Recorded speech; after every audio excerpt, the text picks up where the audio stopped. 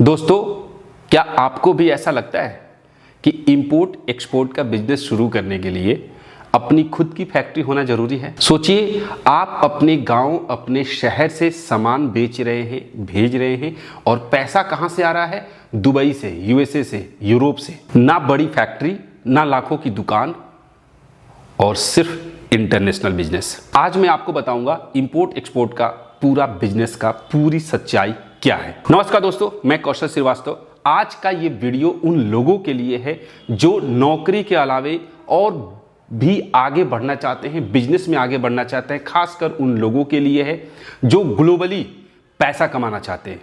तो बहुत ही ध्यान से समझिएगा, मैं आपको इंपोर्ट एक्सपोर्ट का हर एक सच्चाई आपको सामने रखने वाला हूं, जहां से आप बहुत ही इजीली कम लागत में अच्छा मुनाफा कमा सकते हैं। और इंपोर्ट एक्सपोर्ट का काम करके लोग लाखों करोड़ों रुपए कमा चुके हैं। खुद की गाड़ी, खुद का घर, लग्जरीज लाइफ आप जी सकते हैं अगर आप इंपोर्ट एक्सपोर्ट के इस बिजनेस को अच्छे से समझ लिया। इसलिए इन सारे सिस्टम को किस तरीके से इसमें आपको आगे बढ़ना है, क्या क्या आपको इसमें करना पड़ेगा, हर एक प्रॉब्लम भी और उसका सॉल्यूशन भी, हर एक चीज मैं आपको यहां पर बताने वाला हूं। तो ध्यान से देखिएगा, समझने की कोशिश कीजिएगा। मैं आपको इंटरनेशनल एक्सपोर्टर बनाने वाला हूं। ये जो वीडियो है खासकर उन लोगों के लिए ही है।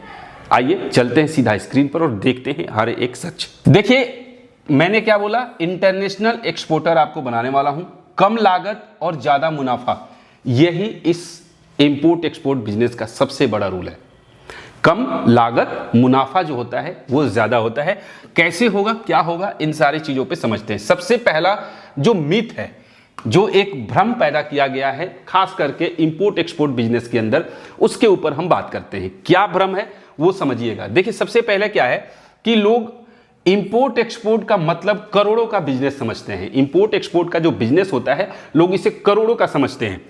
बड़े गोडाउन चाहिए, लोगों का ये होता है कि इसके लिए बड़ा गोडाउन चाहिए। बिल्कुल नहीं, ये भी गलत है। इंपोर्ट एक्सपोर्ट का मतलब करोड़ों का बिजनेस, ये भी गलत है, ये भी एक मीथ है। फॉरेन कॉन्टैक्ट्स चाहिए, ये भी एक मीथ है, ये भी सच नहीं है। और इंग्लिश फ्लुएंसी जरूरी है, ये भी सच नहीं है, ये भी सच नहीं है। सच ये है, आज का import export mobile plus email plus WhatsApp से चलता है। समझ गए? आज का जो इंपोर्ट एक्सपोर्ट का जो बिजनेस है वो मोबाइल, ईमेल और व्हाट्सएप से चलता है।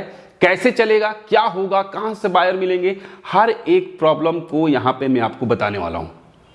अगर आप भी इंपोर्ट एक्सपोर्ट में जाना चाहते हैं, घर बैठे अपने गांव से हर काम को आप कर सकते हैं तरीके से।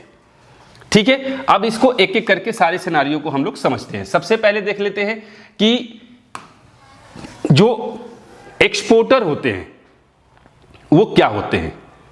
एक्सपोर्ट, देखिए उससे पहले आपको समझना होगा इंपोर्ट और एक्सपोर्ट क्या होता है। देखिए, एक्सपोर्ट क्या होता है, जब आप माल अपने राज्य से दूसरे राज्य या फिर अपने कंट्री से दूसरे कंट्री में भेजते हैं तो उसे एक्सपोर्ट कहते हैं। और इंपोर्ट किसे कहते हैं, जब आप कोई सामान, कोई भी मतलब किसी भी तरीके का प्रोडक्ट जब आप या तो दूसरे राज्य से या फिर दूसरे कंट्री से, कहीं बाहर से जब आप मंगाते हैं, उसे हम इंपोर्ट कहते हैं। तो इंपोर्ट और एक्सपोर्ट आप समझ लिए। ठीक है, अब हम समझते हैं एक्सपोर्टर किस तरीके के होते हैं।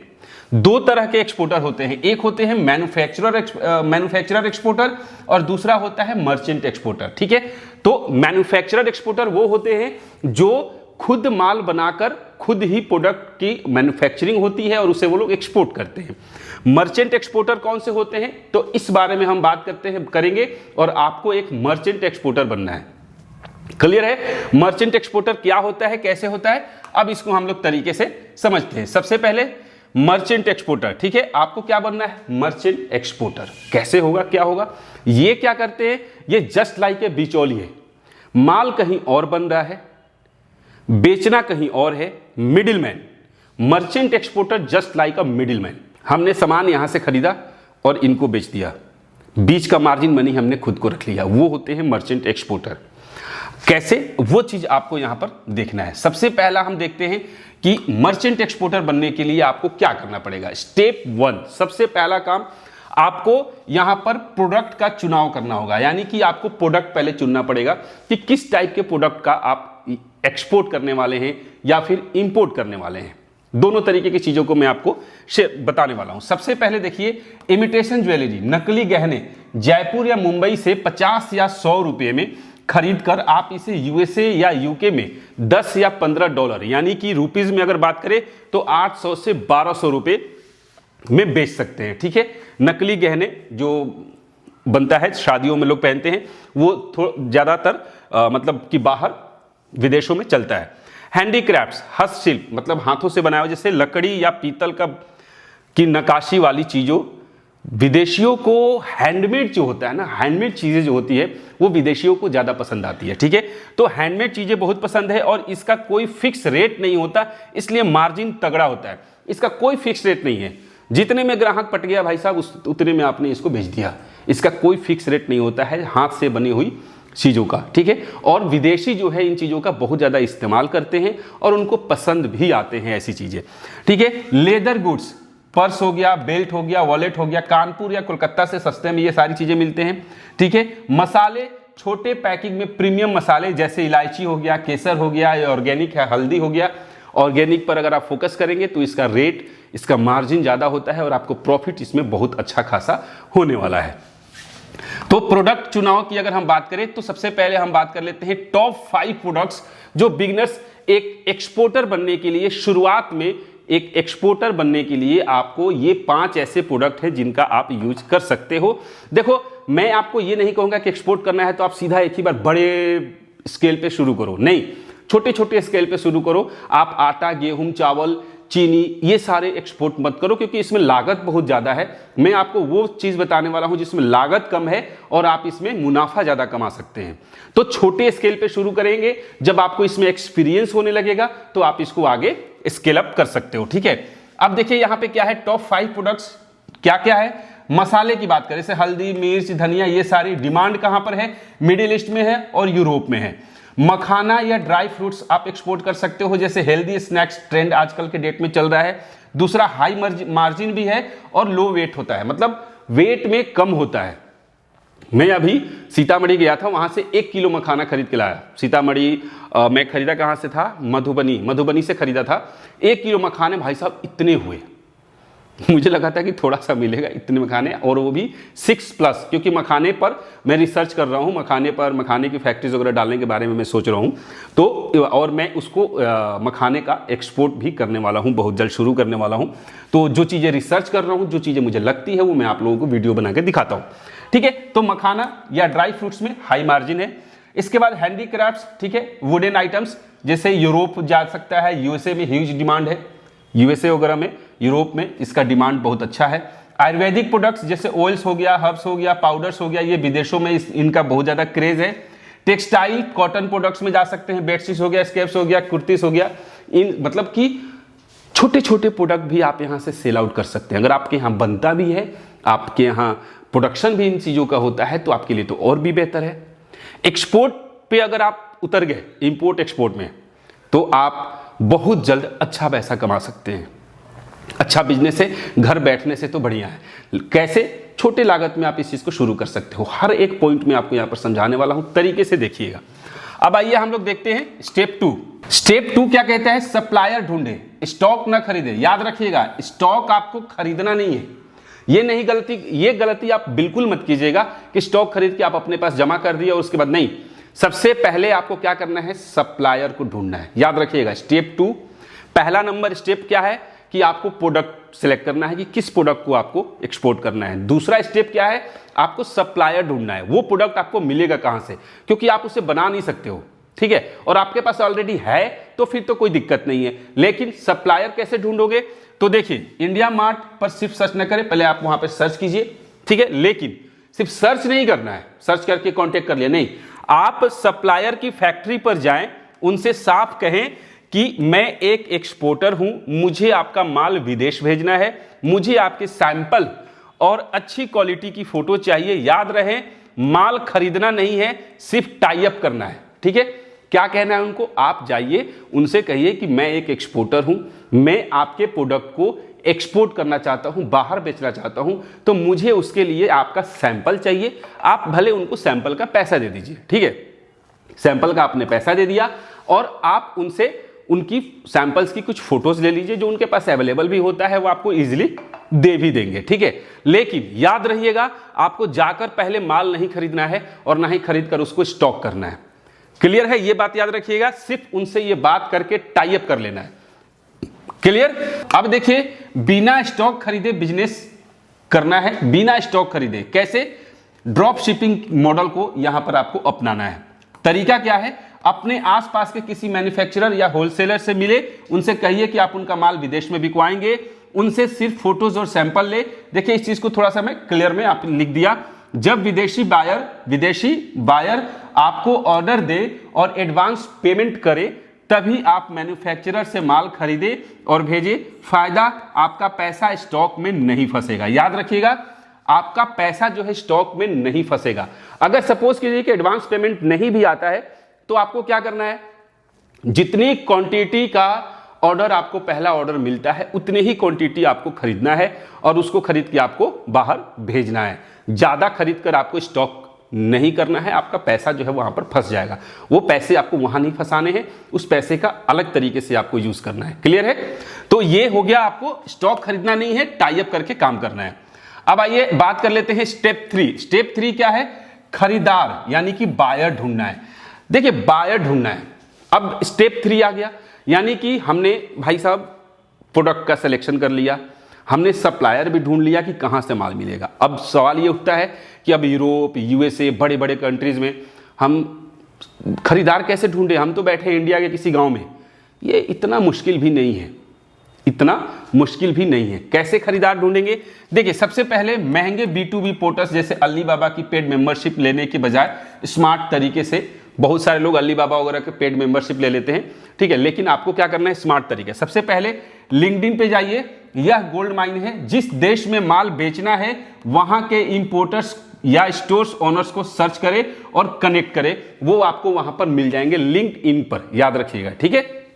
दूसरा, इंडियन एम्बेसी डेटा, ठीक है। जिस देश में माल भेजना है वहां के इंडियन एम्बेसी दूतावास को ईमेल करें। वे अक्सर वहां के इंपोर्टर्स की लिस्ट फ्री में या बहुत कम पैसे में दे देते हैं। आप थोड़ा बहुत भी पैसे देंगे कि भैया मुझे आप ना वहां के, जैसे इंडियन एम्बेसी से मान लीजिए कि आपको माल जो है वो कनाडा में बेचना है, तो कनाडा में इंडियन एम्बेसी, आपको गूगल वगैरह पे जाओगे, आपको सारी चीजें अवेलेबल हो जाएंगी। नहीं होगा, आपको शुरू करना होगा, मेरे से कहना, मैं आपको सारी चीजें अवेलेबल करा दूंगा, ठीक है। उनको एक ईमेल भेजना है कि मुझे वहां के जो इस चीज के बायर्स हैं या स्टोर है, डिस्ट्रीब्यूटरशिप जिनके पास है, उनका मुझे एक लिस्ट चाहिए, और ये सबके पास होता है, ये सारे एम्बेसी के पास होता है, ठीक है। तो वो आपको यहां पर अवेलेबल करा देंगे। क्लियर है? अगर वो नहीं भी देते हैं, थोड़े बहुत पैसे में आपको लिस्ट दे देंगे, फिर आपको लिस्ट से उन लोगों को मेल करके कनेक्ट करना है। क्लियर है? फेसबुक, इंस्टाग्राम अपने प्रोडक्ट्स की अच्छी फोटो डालकर विदेशी लोकेशन जैसे दुबई, लंदन, न्यूयॉर्क को टारगेट करके, ठीक है, रील्स या पोस्ट डालना है। वहां पर वहां के लोगों को टैग करना है, वहां की चीजों को टैग करना है। इंस्टाग्राम पे देखो, ऑनलाइन का जमाना बहुत तेजी से फैल रहा है, और ऑनलाइन जब हो गया है तो आपको बिजनेस करने का बेहतरीन मौका है। यहाँ पे आप किसी भी तरीके के प्रोडक्ट्स को बेच सकते हैं, तो आपको बायर्स यहाँ से मिलेंगे। नहीं तो और भी बहुत से तरीके हैं बायर्स का। जब आप इस लाइन में आओगे, रिसर्च करोगे तो मिलेगा, नहीं होगा तरीका फिर मैं आपको बताऊंगा। कमेंट जरूर कीजिएगा, मैं हर कमेंट का जवाब दूंगा। अगर आपको बायर्स की भी लिस्ट चाहिए या फिर आपको इस पे किस तरीके से इसके अंदर घुसोगे, इसके बारे में भी मैं आपको सजेस्ट करूंगा, ठीक है। स्टेप 3 हो गया बायर्स। क्योंकि देखिए, किसी भी बिजनेस को शुरू करने के लिए, किसी भी माल को बेचने के लिए, किसी भी सामान को बेचने के लिए आपको सबसे पहला खरीदार ढूंढना पड़ेगा, ठीक है। ये नहीं कि फैक्ट्री खोल दिया, बना दिया, अब माल बेचे कहां, नहीं। पहले रिसर्च करो कि मेरा माल कहां कहां बिक सकता है, ठीक है। इसीलिए स्टेप बाय स्टेप मैं आपको सारी चीजें कर रहा हूं। अब यहां पर चूंकि आप माल खुद बनाते नहीं हो, इसलिए आपको सबसे पहले माल की आपके पास आपूर्ति हो, आपके पास जो भी प्रोडक्ट हो, वो उसकी आपूर्ति के लिए आपको मैन्युफैक्चरर से मिलना पड़ेगा, और तब आपको बायर को ढूंढना पड़ेगा। बायर मिल जाएंगे तो आपके पास प्रोडक्ट ऑलरेडी है। क्लियर? अब आइए हम लोग बात कर लेते हैं जरा स्टेप 4, डील और सुरक्षा क्या है। जब बायर ऑर्डर दे तब उनसे एडवांस पेमेंट ले, उसी पैसे से सप्लायर से माल उठाएं और शिप करें। आपकी जेब से निवेश लगभग 0, यानी कि निवेश में आपका पैसा जो है वो ज्यादा नहीं लगेगा। अब आइए इस चीज को थोड़ा सा समझते हैं, प्रोसेस कैसे चलता है। ये प्रोसेस जो है वो कैसे चलता है। बायर ईमेल करता है, ठीक है, जो बायर है आप ईमेल करता है, मान लीजिए कि आपने उसको मेल भेजा कि मैं इस चीज का एक्सपोर्टर हूं, तो अगर उसको सही लगा वो आपको ईमेल करेगा। अब आपको ईमेल करेगा तो आपको क्या करना है, आप कोटेशन भेजते हैं, डील कंफर्म होता है, packing plus documentation, shipping air या सी, ठीक है, ऊपर से या समुद्री रास्ते से जाएगा, पेमेंट रिसीव होगा। आज लॉजिस्टिक कंपनीज जो है वो सब हैंडल कर लेती हैं, लॉजिस्टिक कंपनी से भी आप बात करके उनसे डील करके वो सब कुछ ये हैंडल कर देंगे। तो आप एक्सपोर्टर बन सकते हो, इसमें आपको गवर्नमेंट भी साथ देने वाली है, आपको आगे बताऊंगा, ठीक है, क्लियर है। अब आइए नेक्स्ट समझते हैं रिस्क मैनेजमेंट। रिस्क मैनेजमेंट यानी डर खत्म करे, सबसे पहला जो चीज है कैसे। अब आप सोचेंगे भाई अगर बायर माल लेकर पैसा ना दे तो टेंशन मत ले, याद रखिएगा टेंशन आपको नहीं लेना है। सरकार की एक संस्था है ECGC, याद रखिएगा सरकार की एक संस्था है ECGC। अगर आप छोटा सा प्रीमियम देकर इंश्योरेंस लेते हैं और कल को बायर पैसा न दे तो ECGC आपको 90% पैसा वापस करती है, यानी रिस्क बिल्कुल न के बराबर है। बाय द वे अगर ऐसा हो जाता है कि बायर आपसे माल भी ले लिया और आपको पेमेंट ना दिया, हालांकि इस केस में क्या होता है कि जैसे ही आप माल शिप करते हो पेमेंट आपके पास पहुंच जाता है, वहां पे माल पहुंचने से पहले ही रास्ते में माल आपका जा रहा है, कोई भी प्रोडक्ट आपका जो है वो रास्ते में जा रहा है और पैसा आपके पास पहले ही पहुंच जाता है। लेकिन इन द केस अगर ऐसा हो जाता है तो ECGC गवर्नमेंट की जो संस्था है ये आपको उस केस में 90% रिकवरी करके दे देती है, लेकिन आपके पास सारे प्रूफ जो है वो होने चाहिए। अब क्या है, सरकारी इंसेंटिव्स, ठीक है, एक्स्ट्रा मुनाफा। अब देखिए मैंने क्या बोला, गवर्नमेंट भी आपको इस काम में आपका हेल्प करेगी। कैसे, एक्सपोर्ट में प्रॉफिट सिर्फ बेचने पर नहीं होता, सरकार भी आपको पैसा देती है, गवर्नमेंट भी आपको पैसा देती है, ठीक है। ड्यूटी ड्रॉबैक, आपने प्रोडक्ट खरीदने में जो टैक्स दिया था सरकार उसे वापस कर देती है। जैसे कोई भी आप प्रोडक्ट खरीदते हैं और आप उसे एक्सपोर्ट करते हैं और जो भी आपने टैक्स भरा था वो टैक्स आपको गवर्नमेंट वापस दे देती है, ठीक है। रो DTP या एक तरह का कैशबैक है जो सरकार एक्सपोर्टर्स को देती है। ये दोनों मिलाकर आपका जो प्रॉफिट मार्जिन है वो 5% से 10% और बढ़ा देते हैं। तो गवर्नमेंट भी आपको इसमें साथ देती है, गवर्नमेंट कह रही है कि आप एक्सपोर्ट करो, आप बिजनेस करो, तभी तो इंडियन जो इकोनॉमी है बूम करेगी। अगर आप घर बैठे रहोगे तो कोई काम नहीं होगा। हर लोग गांव में, हर जो जिस राज्य में रहता है, जिस जगह पे रहता है, वहां पे कुछ ना कुछ ऐसी चीजें जरूर होती हैं, प्रोडक्शन जरूर होता है जिसको आप नजर डालो तो आप उसको कम पैसे में खरीद के बाहर अच्छे मुनाफे में बेच सकते हो। कोई जरूरी नहीं है कि आप उसे बाहर, इंडिया के बाहर ही बेचो। अगर आपको होता है तो आप एक राज्य से दूसरे राज्य में पहले भेज कर देखो। जैसे मान लो आप बिहार में हो, बिहार से आपको मखाना लो, आप दिल्ली, राजस्थान, गुजरात, यूपी हर जगह बेचने की कोशिश करो। आप पहले यहां से शुरू करो। अगर आप कश्मीर में हो तो कश्मीरी सेव है, हिमाचल में हो तो वहां पे भी एप्पल है। तो हर राज्य में कुछ ना कुछ ऐसी चीजें हैं जो वहां पर कम कीमत में मिलती है और वही उसी प्रोडक्ट का कीमत जो है वो दूसरे राज्यों में ज्यादा होता है या आउट ऑफ इंडिया जो होता है ज्यादा होता है, आप वहां पे उसको सेल कर सकते हो। तो ये वीडियो हर किसी के लिए है जो आगे बढ़ना चाहता है, इंपोर्ट एक्सपोर्ट में अपना हाथ आजमाना चाहता है। यहां पर अच्छा खासा प्रॉफिट होने वाला है। अब देखिए, शुरुआत करने के लिए जरूरी डॉक्यूमेंट्स, लीगल सेटअप। अब बात आती है कि भाई शुरुआत करने के लिए क्या क्या लगेगा। अब शुरुआत करने के लिए सबसे पहले आपको एक पैन कार्ड लगेगा, आपका आधार कार्ड लगेगा, बैंक अकाउंट होना चाहिए, वो भी करंट, याद रखिएगा करंट बैंक अकाउंट होना चाहिए। इसके बाद होता है IEC कोड, होता है गवर्नमेंट पोर्टल से मिल जाएगा। ये जो कोड होता है ये अगर आप ले लेते हैं तो आप एक लीगल एक्सपोर्टर बन जाते हैं। जो गवर्नमेंट का प्रॉफिट है, ठीक है, आपको कैशबैक मिल जाता है या 90% आपको रिकवर करके दे देती है, वो तभी होगा जब आपके पास ये कोड होगा। GST कुछ केसेस में ऑप्शनल है, बट आप GST ले लो। करंट अकाउंट खुलवा रहे हो तो GST आपके लिए कंपलसरी है, ज्यादा पैसा नहीं लगता, 3-4 हज़ार में हो जाता है। इसके बाद ईमेल और फोन। बट एक और है इस केस में लीगल तरीके से, और भी अगर आप इसमें अच्छे तरीके से घुसना चाहते हो तो होता है RCMC। जिस प्रोडक्ट का बिजनेस करेंगे उसकी काउंसिल की मेंबरशिप। जैसे मसालों के लिए तो स्पेसिस बोर्ड होता है। मतलब हर चीज़ों के लिए हर प्रोडक्ट का एक अपना बोर्ड है, एक संस्था है जो कुछ भी गलती होता है तो ऐसे लोगों को वो हेल्प करती है या किसी भी तरीके से उनके अपने मेंबरशिप के साथ मेंबर्स के जो है वो साथ देती है। तो आपको ऐसे मेंबरशिप लेने पड़ेंगे। तो ये जो है आपको यहां से ये डॉक्यूमेंटेशन पूरा करके आप इंपोर्ट एक्सपोर्ट का बिजनेस शुरू कर सकते हैं। क्लियर है? अगर आप पेशेंस, सीखने की इच्छा और सही प्रोसेस फॉलो करते हो तो यही एक ऐसा बिजनेस है जो आपकी जिंदगी बदल सकती है, आपकी लाइफ बदल सकती है। लाइफ बदलने वाला ये एक बिजनेस हो सकता है आपके लिए। कमेंट में बताइएगा कि आप इंपोर्ट में इंटरेस्टेड हैं या एक्सपोर्ट में इंटरेस्टेड हैं। ये वीडियो आपको कैसी लगी? आप अगर एक्सपोर्टर बनना चाहते हैं तो आप आइए, आपका मोस्ट वेलकम है। आप इंस्टाग्राम पर मुझे मैसेज कर सकते हैं, ईमेल कर सकते हैं, ठीक है।